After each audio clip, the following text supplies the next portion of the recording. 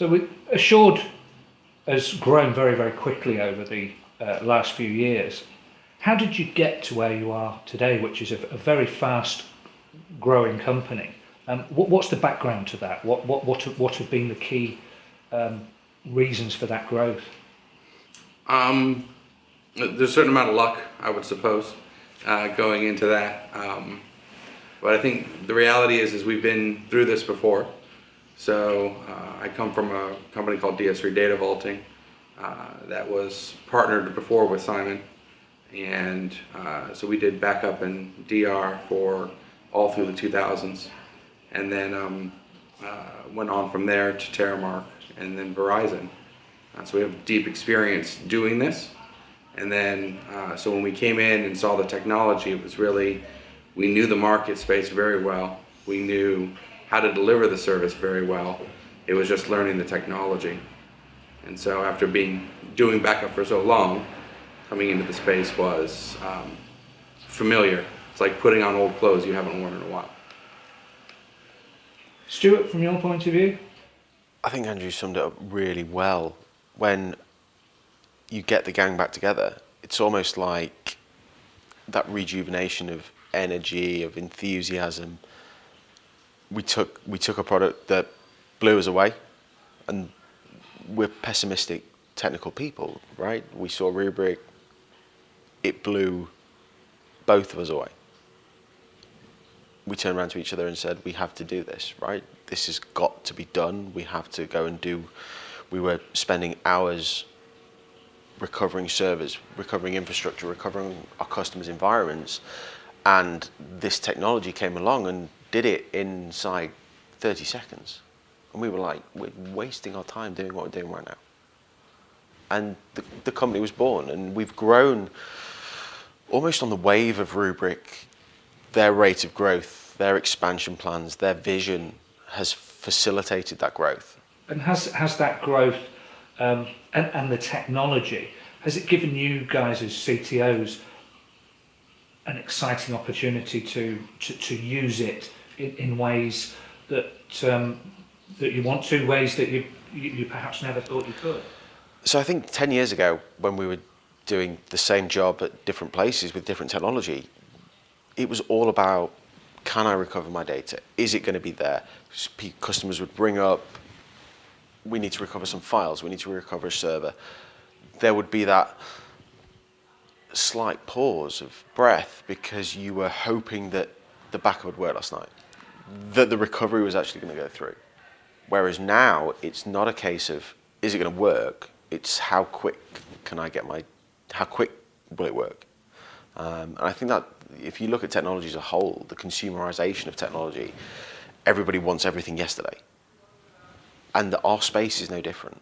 We operate at a lightning pace that is crazy if you take a step back and think, I did it this way 10 years ago, and now I'm doing it with my eyes closed with a Python script with a click of a button. Yeah. That is the beauty of where we are now, but it means we can focus on other things. We can focus on strategy. We can focus on how can we make our service better because we're not constantly fighting fires. We're not constantly worrying about different, is the product going to work? We know the product will work. We know the technology will work.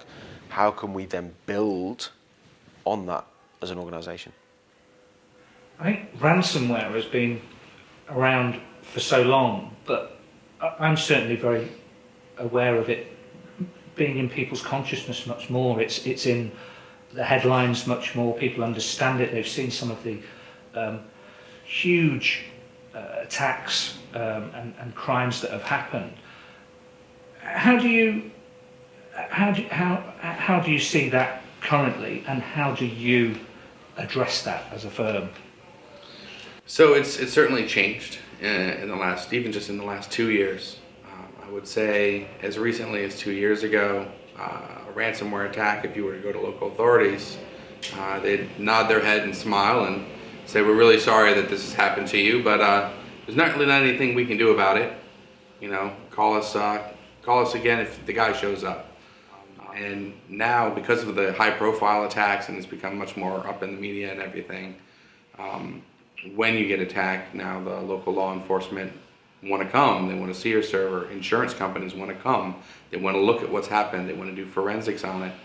And so what could have been a quick and easy restore if you had your data ready to be restored is now a legal interaction. It's now time with your insurance company, and those bring almost an artificial delay to bringing your business back up and running again, when before, it was really just about, can I even get my data back? Now it's about, I can get my data back, I can't, I'm not allowed to touch my servers.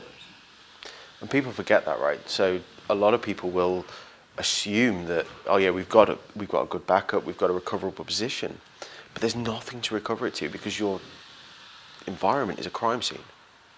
You can't touch that stuff. We had a customer 4 months ago come to us and say, we need to invoke DR, something's happened, we can't talk about it, but we need to recover all of our environment.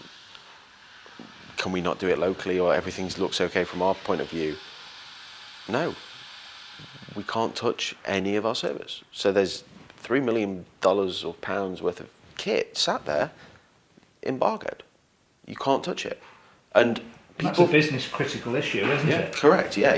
Never mind the ransomware, you've then got another problem. Yeah, we've had 2 customers in the States, exact same problem.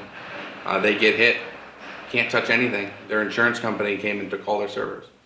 They wanted to be able to do forensics on it, and they sent them away to a third-party forensic place. So they literally lost their entire environment, not because it was locked out, but because somebody needed to do their forensic work on it. And so tell me where Assured fit in. What do you, tell me how you can help them.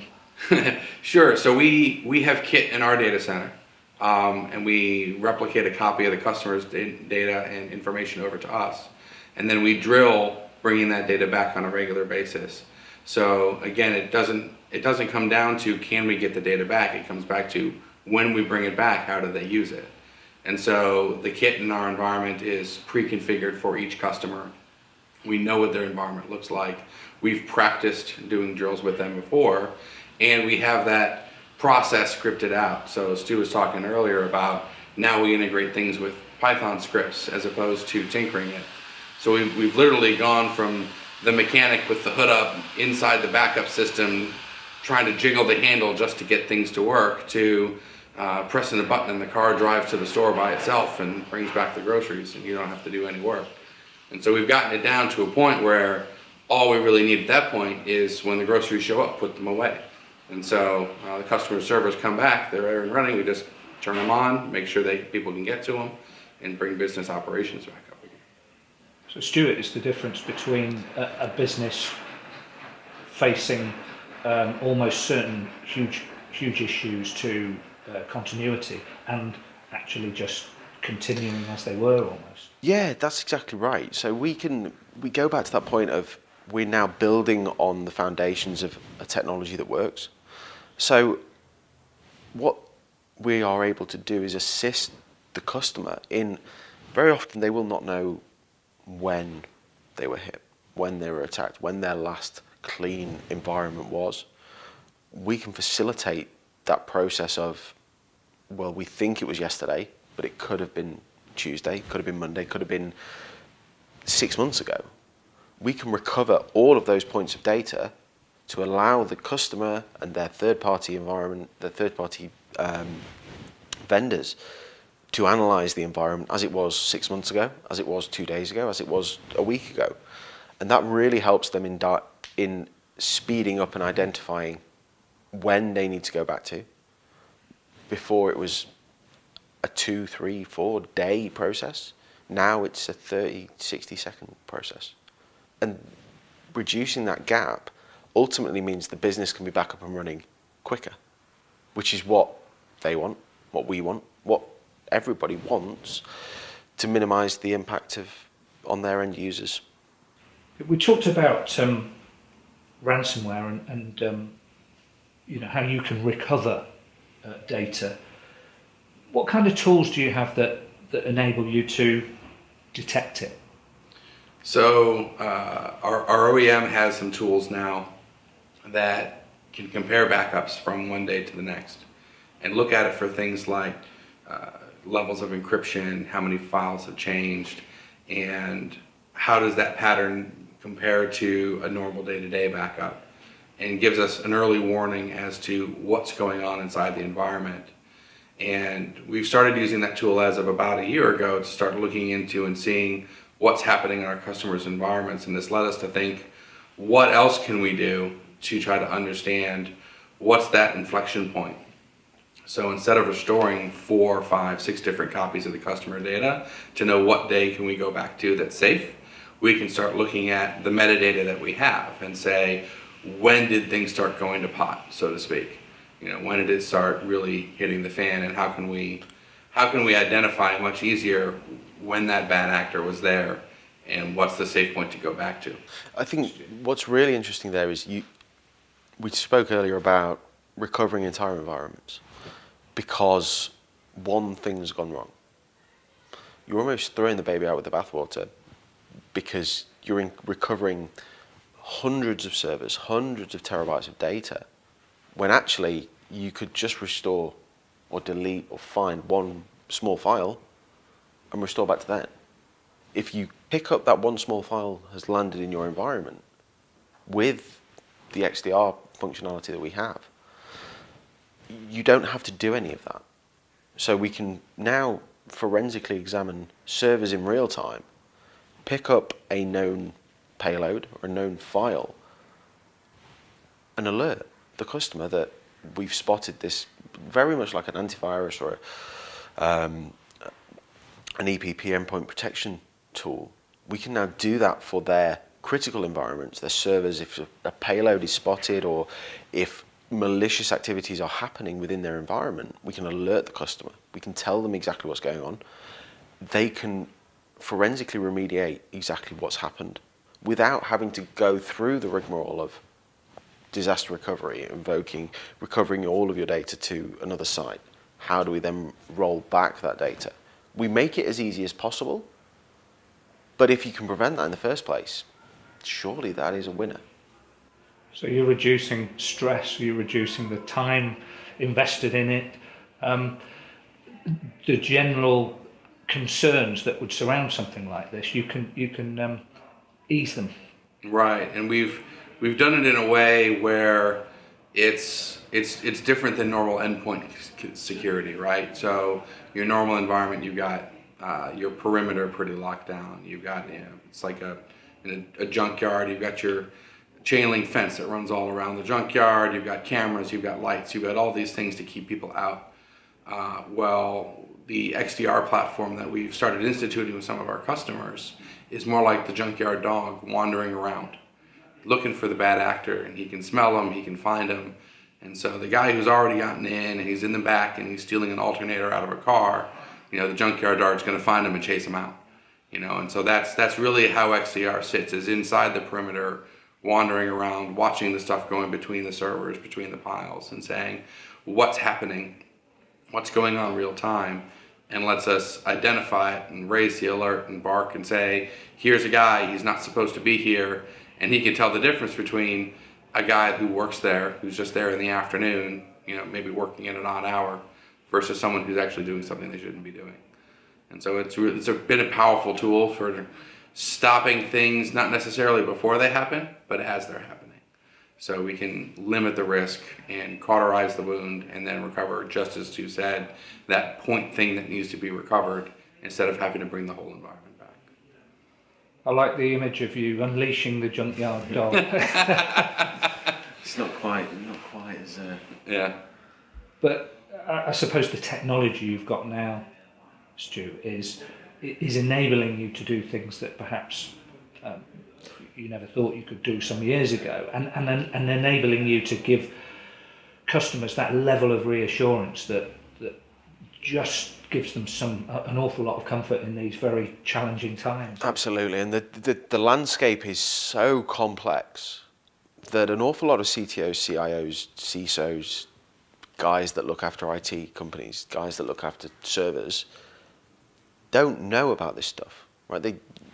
everybody, unless you've been living under a rock, two things have happened in the last 2 years. COVID and people have lost their data, right? If you haven't heard of ransomware and you work in the IT space, you probably want to readdress what you're doing with your life. It is happening. It's happening right now. And if it isn't the number one thing on your IT list, IT budget, or your concerns, then you are delusional. You know, it's not a matter of if they will hack you or if they will target you, it's when. And the levels that these guys are going to, they're scrolling through Companies House here in the UK and looking for small to medium enterprises, circa less than 300 people, with £1 million in the bank or more. And they're the target. You know, they're the people who they are assuming that they've got one guy in IT who's probably overworked, who probably doesn't have the budget that he needs, or they need, she needs, to facilitate a good protection plan, backups, DR, security, firewalls, all of the stuff that we almost take for granted these days. Yeah. But they don't have the money, they don't have the budget, the owner won't give them the budget. They're the targets. And they are finding these guys because of their financial situation. So it's not some guy in Moscow targeting the bad guy, the corporate, the FTSE 100 people. It's a guy in Birmingham sat there looking to see if you've got any money in the bank, because they'll then target you and ask for it all. That's what's going on, and that's the reality of the situation. Is it's no longer somebody else will get hacked, we're okay. You are a target. If you are a successful business, you're a target. And mitigating against that and being able to make sure that these guys are safe, make sure that they are comfortable that not if but when it happens, they can remediate quickly, they can understand what's happened precisely, how they got in, how they found their way into their environment, and then remediate and recover their platform back to a known good state. Earlier this year, there was a hole announced in Microsoft Exchange, as an example. And when they announced the hole, they said, you need to understand that if you have Exchange, assume that they're in there. It's not that they will be in there. It's if you have Exchange, they're in. And the way to know if they're in is to go into this directory and see if that file's there. And if it's there, they're in. Now, it used to be when a hacker got in, they did their thing right away. They don't do that anymore. They get in and they lay something there so that they can get in later whenever they want. And then they take that and they go put it on a list somewhere. And somebody else will come out back behind them and look at this long list and say, I want donuts today. And so I'm going to go after a donut company, and they filter the list by donut companies and find the donuts. And It's as random as that. It's as random as the hat, and just assume that they're in. They're already there. Yeah. So it's the reason why it's not a matter of if, it's when, is because they're already in.